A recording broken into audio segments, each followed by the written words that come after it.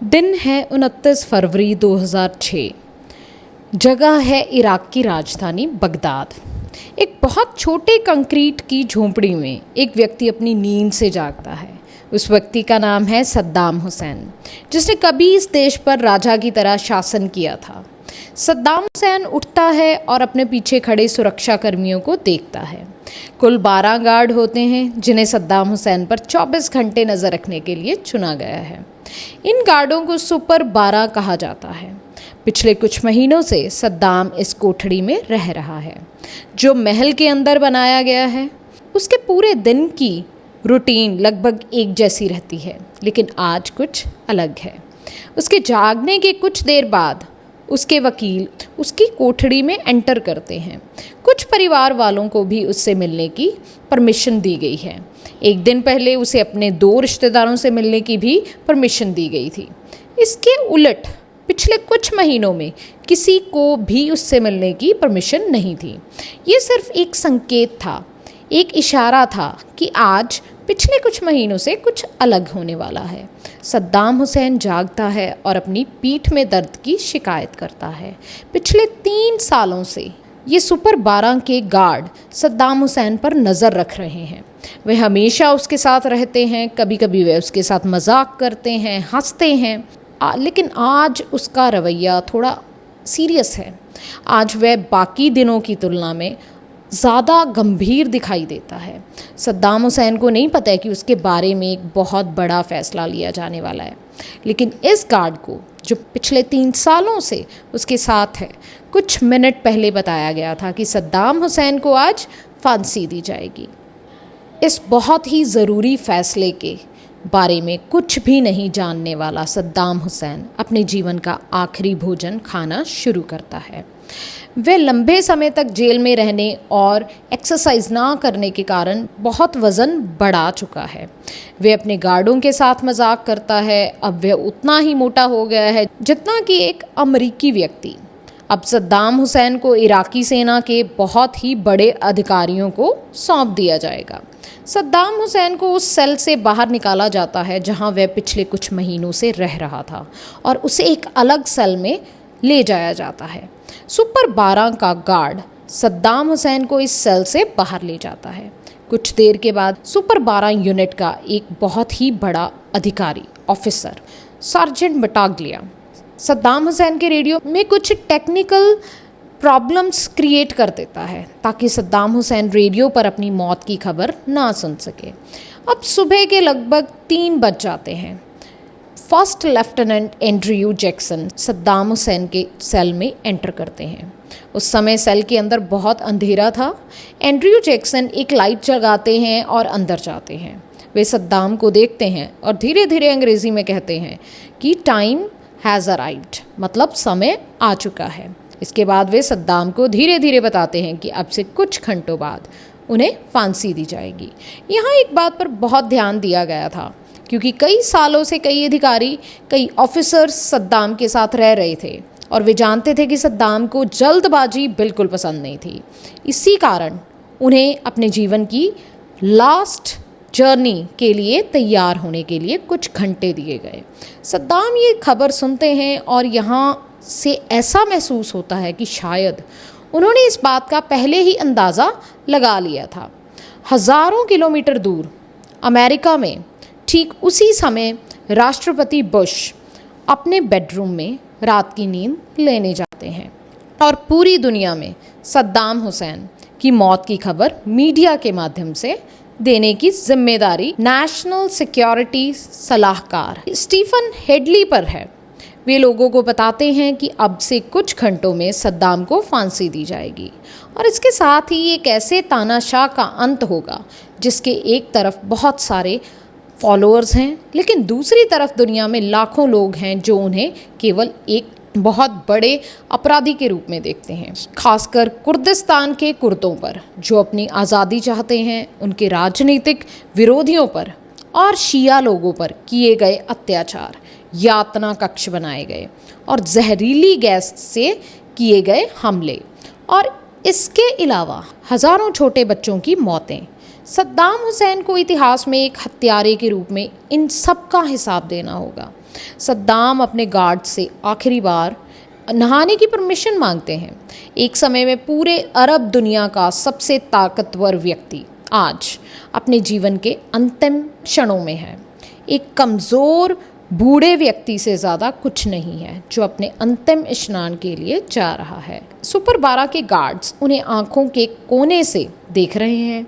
ये गार्ड्स इस बात से वाकिफ़ हैं कि सद्दाम ने इतिहास में निर्दोष लोगों पर इतने अत्याचार किए हैं, लेकिन फिर भी एक नॉर्मल बिहेवियर के अनुसार उन्हें सद्दाम हुसैन के लिए बहुत ज़्यादा सहानुभूति महसूस होती है, क्योंकि वे कई महीनों से सद्दाम से करीब रहे हैं। सद्दाम हुसैन आए हैं, लेकिन अब वे किसी चीज़ के लिए बेताब हैं। लेकिन ये बेताबी मृत्यु के लिए नहीं है, बल्कि रियलिटी में उन्हें सही जुराबों का जोड़ा नहीं मिल रहा। 3 गार्ड्स आगे आते हैं और सद्दाम को सही जुराबों का जोड़ा ढूंढने में मदद करते हैं। सद्दाम इस तरह तैयार हो रहे हैं जैसे कोई व्यक्ति सामान्य नॉर्मल रूटीन में सुबह काम पर जाने के लिए तैयार होता है। इसके बाद वे अपने गार्ड से पूछते हैं कि तुम लोग रात को अच्छे से सोए थे। इसके बाद सद्दाम हुसैन अपनी कुछ छोटी चीज़ें, जिनमें कुछ पुरानी किताबें, कुछ दस्तावेज़, डॉक्यूमेंट्स और कुछ कपड़े शामिल हैं, एक तरफ रखते हैं और उन्हें ठीक करते हैं। फिर वे अपनी पुरानी डायरी, जिसमें उन्होंने बहुत पहले कुछ लिखा था, और उसे आखिरी बार देखते हैं। आज इस व्यक्ति की यात्रा का आखिरी समय है। केवल कुछ चीज़ें बाकी हैं जिनके पास एक समय में न जाने कितने शानदार महल थे। इसके बाद वो अपनी बहुत ही फेमस रेमंड वाली वॉच उतारते हैं और उसे एक गार्ड को देने की कोशिश करते हैं, लेकिन गार्ड इस उपहार को लेने में हिचकिचाता है, क्योंकि नियम के अनुसार वे सद्दाम हुसैन से कुछ भी नहीं ले सकते। और गार्ड सद्दाम हुसैन से बहुत नरम और प्यार भरी आवाज़ में कहता है कि मैं आपका उपहार नहीं ले सकता। इस पर सद्दाम हुसैन कहते हैं कि नहीं, मैं चाहता हूँ कि तुम इसे अपने पास रखो। तुम मेरे बहुत अच्छे दोस्त हो, लेकिन सुपर 12 का गार्ड अभी भी इस उपहार को लेने में हिचकिचा रहा है। फिर सद्दाम हुसैन उनका हाथ पकड़ते हैं, घड़ी उसकी हाथ में रखते हैं और उसकी मुट्ठी बंद कर देते हैं। इसके बाद सद्दाम हुसैन कुछ देर तक अपने 4 सूटों को देखते हैं और उनमें से सबसे अच्छा चुनने की कोशिश करते हैं। सबसे अच्छा सूट पहनने के बाद सद्दाम अपने शरीर पर बहुत महंगा परफ्यूम छिड़कते हैं। इतना परफ्यूम कि बाद में एक इंटरव्यू में एक गार्ड ने कहा कि आप 1 मील दूर से भी सद्दाम हुसैन की खुशबू सूंघ सकते थे। थोड़ी देर बाद सुपर 12 के सभी गार्ड्स अपनी वर्दी में सद्दाम हुसैन की कोठरी के बाहर एक कतार बनाकर सावधान मुद्रा में खड़े थे, बिल्कुल सीधे खड़े थे। शायद ये सद्दाम के लिए एक संकेत था कि उनकी आखिरी यात्रा शुरू होने वाली है। सद्दाम उनकी ओर देखते हैं और चलना शुरू कर देते हैं।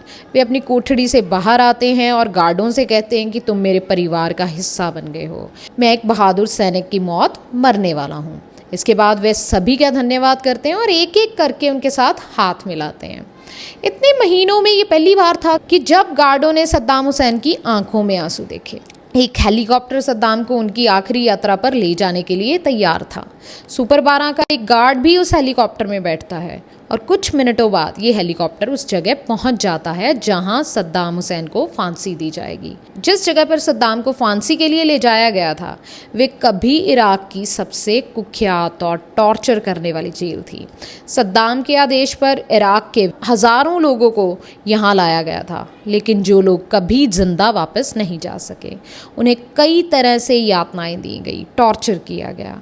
लेकिन आज इस इमारत में मरने की बारी सद्दाम हुसैन की थी और वह जगह यहाँ से ज़्यादा दूर नहीं थी जहाँ सद्दाम का जन्म हुआ था। इस इमारत को अमेरिका सेना की बहुत अलग अलग ब्रिगेडों ने घेर लिया था, लेकिन उस जगह पर केवल इराकी सेना के सैनिक मौजूद होंगे। अमेरिका सैनिक को सख्त आदेश दिए गए कि कोई भी अमेरिकी सैनिक उस कमरे में एंटर नहीं करेगा।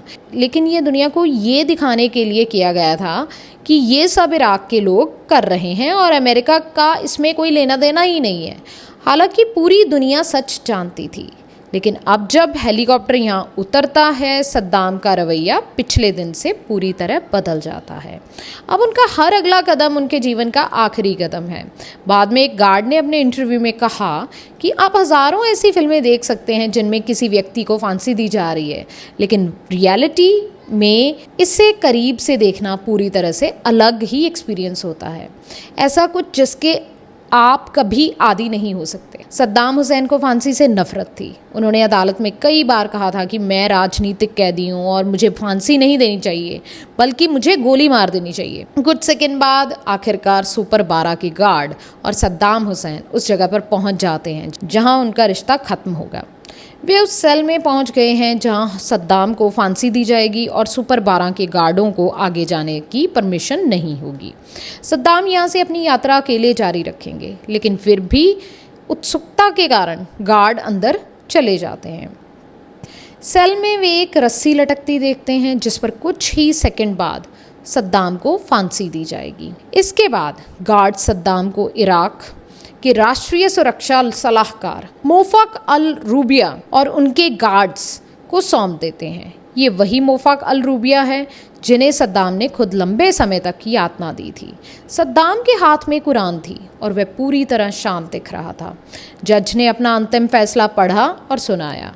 एक जल्लाद ने सद्दाम के चेहरे पर काला कपड़ा डालने की कोशिश की, लेकिन सद्दाम हुसैन ने इसे पहनने से इनकार कर दिया। अब घड़ी बहुत तेज़ी से चलने लगी। सद्दाम के जीवन के अंतिम सेकंड शुरू हो गए, लेकिन यहाँ खास तौर पर पूर्व इराकी सैनिक और अधिकारी जो किसी समय सद्दाम हुसैन और उसकी टॉर्चर सेल के शिकार थे, उन्होंने उसे मुकद्दता अल सद्दाक कहकर पुकारना शुरू कर दिया। वह सद्दाम का एकमात्र राजनीतिक विरोधी था जिसने सद्दाम की तानाशाही और अत्याचारों के खिलाफ जीवन भर लड़ाई लड़ी और अंत में वह खुद उसी टॉर्चर सेल का शिकार बन गया। इन अधिकारियों ने सद्दाम को इस नाम से पुकारा ताकि उसे इस नाम की याद दिलाई जा सके। सद्दाम ने ये नाम सुना और हल्का सा मुस्कुराया। इसके बाद एक आवाज़ आई कि तुम जहन्नुम में जाओ, और सद्दाम ने ज़ोर से कहा कि हाँ, वही जहन्नुम जो आज इराक बन गया है। कुछ सेकंड बाद आखिरकार सुपर 12 के गार्ड और सद्दाम हुसैन उस जगह पर पहुंच जाते हैं जहां उनका रिश्ता खत्म होगा। वे उस सेल में पहुंच गए हैं जहां सद्दाम को फांसी दी जाएगी और सुपर 12 के गार्डों को आगे जाने की परमिशन नहीं होगी। सद्दाम यहां से अपनी यात्रा अकेले जारी रखेंगे, लेकिन फिर भी उत्सुकता के कारण गार्ड अंदर चले जाते हैं। सेल में वे एक रस्सी लटकती देखते हैं जिस पर कुछ ही सेकंड बाद सद्दाम को फांसी दी जाएगी। इसके बाद गार्ड सद्दाम को इराक के राष्ट्रीय सुरक्षा सलाहकार मोफक अल रूबिया और उनके गार्ड्स को सौंप देते हैं। ये वही मोफक अल रूबिया है जिन्हें सद्दाम ने खुद लंबे समय तक यातना दी थी। सद्दाम के हाथ में कुरान थी और वह पूरी तरह शांत दिख रहा था। जज ने अपना अंतिम फैसला पढ़ा और सुनाया। एक जल्लाद ने सद्दाम के चेहरे पर काला कपड़ा डालने की कोशिश की, लेकिन सद्दाम हुसैन ने इसे पहनने से इनकार कर दिया। अब घड़ी बहुत तेज़ी से चलने लगी। सद्दाम के जीवन के अंतिम सेकंड शुरू हो गए, लेकिन यहाँ खास तौर पर पूर्व इराकी सैनिक और अधिकारी जो किसी समय सद्दाम हुसैन और उसकी टॉर्चर सेल के शिकार थे, उन्होंने उसे मुकद्दता अल सद्दाक कहकर पुकारना शुरू कर दिया। वह सद्दाम का एकमात्र राजनीतिक विरोधी था जिसने सद्दाम की तानाशाही और अत्याचारों के खिलाफ जीवन भर लड़ाई लड़ी और अंत में वह खुद सद्दाम की उसी टॉर्चर सेल का शिकार बन गया। इन अधिकारियों ने सद्दाम को इस नाम से पुकारा ताकि उसे इस नाम की याद दिलाई जा सके। सद्दाम ने ये नाम सुना और हल्का सा मुस्कुराया। इसके बाद एक आवाज़ आई कि तुम जहन्नुम में जाओ, और सद्दाम ने ज़ोर से कहा कि हाँ, वही जहन्नुम जो आज इराक बन गया है।